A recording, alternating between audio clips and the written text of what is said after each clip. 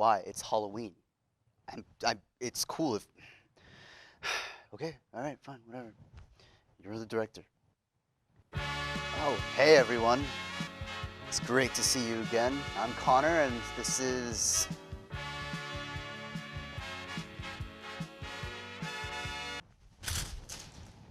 All right, so first and foremost, happy Halloween. On this evening of ghosts and ghouls, witches and goblins, we hope that you're enjoying the festivities in a safe and courteous manner. Anyway, in our last episode, we talked about Shakespeare and that guy, was it David? Matthew? Anyway, who cares? So in keeping with the natural flow and adhering to the holiday, we decided to talk about the Scottish play, or better known as... Now if you remember correctly, our camera guy really freaked out like a pansy. Okay. According to folklore, which is just that, folklore, Macbeth was doomed from the start. See, there was this group of witches, also known as a coven, that were pretty pissed about Macbeth using like legit incantations. Incantations? I don't know, dude. I don't write this show. So as legend has it, during the play's first go, it was riddled with disaster. The actor that was playing Lady Macbeth died. Like, literally died. So Shakespeare himself had to take over the role.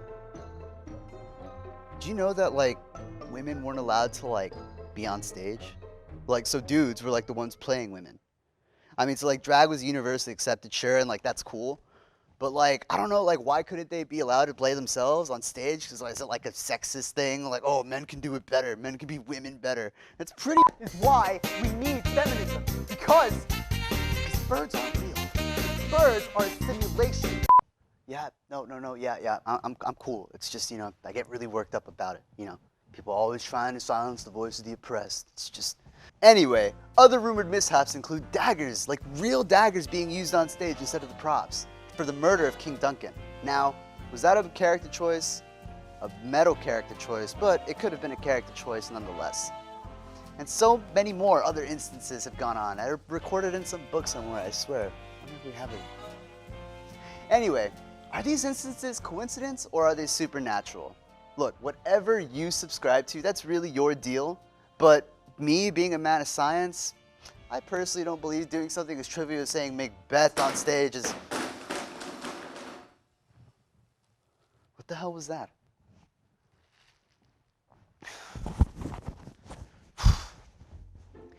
Anyway, we got a great show for you today. We dive more into theater superstitions that can easily be disproved because, like, you know, logic and reason. Also, we got Janet back to help us out. Janet, who is doing this solely because she has a penchant for theater arts and not because my mother's making her do this. We also have a special guest once again. Thank you, and we'll be right back.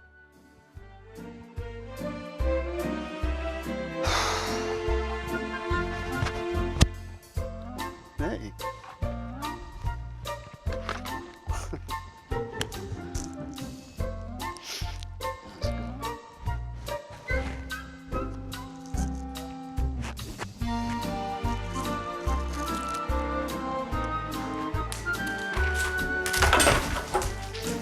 Theater people are a superstitious lot. They believe and do a lot of crazy things. But we can't blame them. They picked it up from real life because in real life, too many people believe and do, well, crazy things. So, in theater, like any other art form, it's really just life imitating art, imitating life. So, if we seem irrational and crazy, it's your fault. Now in theater, there are rules to follow, superstitions to entertain, ghosts to appease. All right, so I'm just gonna pretend that didn't happen. Anyway, here's a list of some of the most common superstitions associated with theater culture. Oh, yeah, no, that looks like a lot. You know what, tell you what, Janet? What up, bro? Can you tell us about some of the more interesting ones on the list? There's so many, and some of them are probably just boring and long and just unnecessary. Okay, which ones? Well, since ghosts are so commonplace in the theater, and because there may be one here right now. Ooh.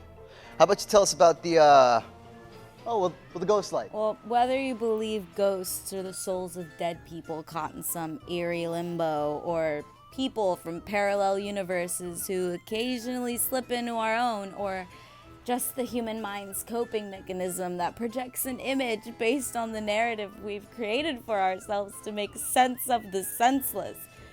What we do know is that they love to perform. But why do they love to perform? Is it just us projecting our own? Every theater has a ghost, whether real or imagined. Whenever the theater is dark, which means not in use, they place a special light center stage called a ghost light.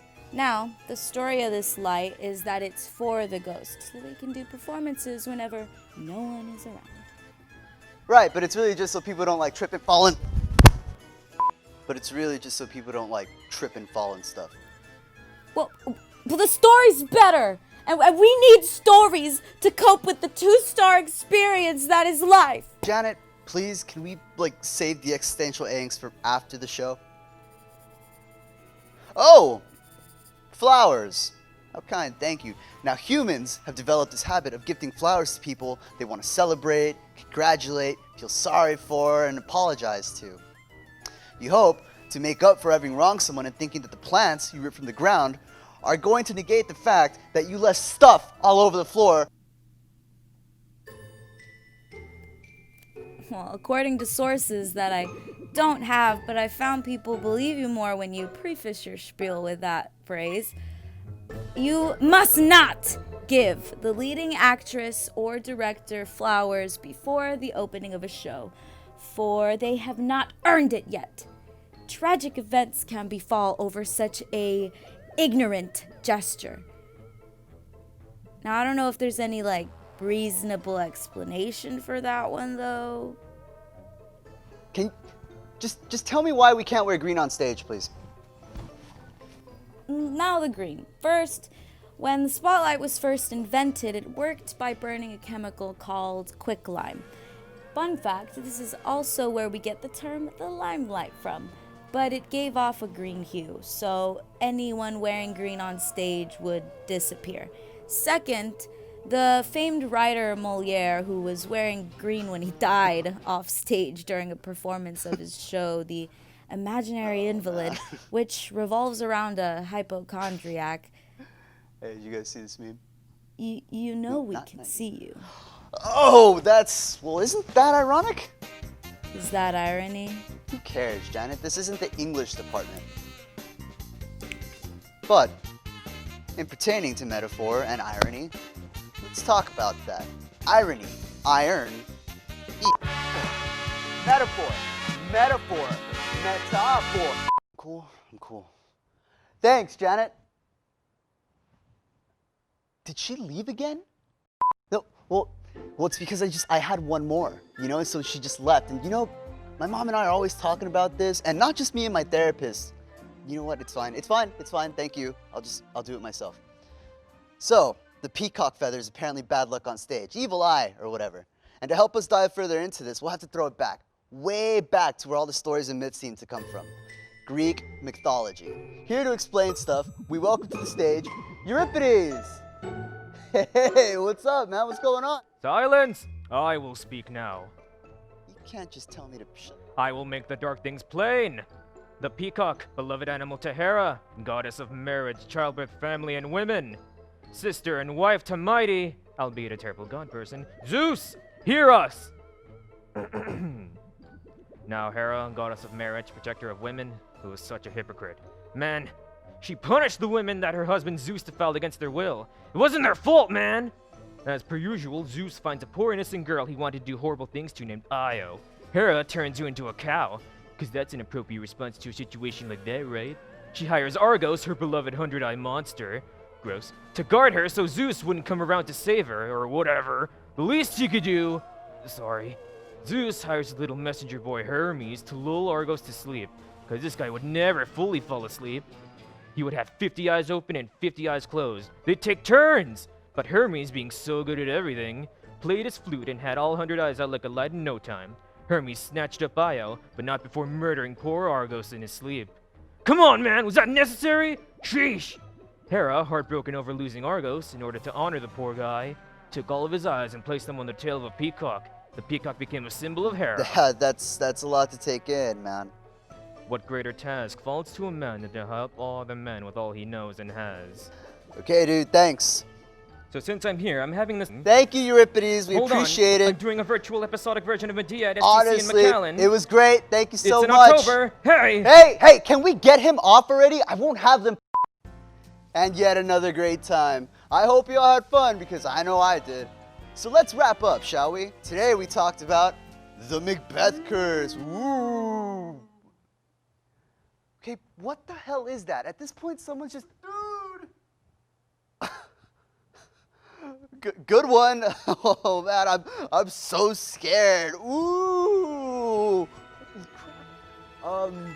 Someone's got to be up on the Andy, no! Oh my God! Ah! You cowardly fool! It is I, Kit Marlowe. You fell for my trick. Dude, no way. It's just Dave Merlot. Marlowe, Kit Marlowe. Yeah, man, whatever. Oh, dude, for a second there, I thought we were in some actual trouble. Good one, Rick. Anyway, is anybody up for the bees after this? I don't believe this. Like, Applebee's? seriously, why do You I still even got try those dollar anymore? Bahama Your Mamas, generation is right? doomed to remain totally and Dude, utterly. are you still talking? The show's over, man. Let it go. Forget this. Remain blissfully ignorant for all I care. Claude. Special thank you to Keith Vargo. That's our show, everyone. Stay safe. And until next time, have a good one.